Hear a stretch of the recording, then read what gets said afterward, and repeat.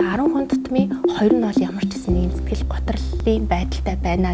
Ганцаардах мэдрэмж төрөөл тий ингээд өөрийгөө тусгаарламар санагдаад идэг. Одоо бага насндаа юмнаас айж зөрчсөн зүйл хөнгөж байхгүй шүү дээ. Би тийм л травмтай тий одоо би комплекстэй гэж хүмүүс гадар ярьдаг шиг яг тэгэж ярих юм бол бас нэг талаас өөргөөсөө л алчдаг. Ярьдаг шүү дээ. Тийм. Тэгэл зүгээ ер нь яаж амраах вэ тий?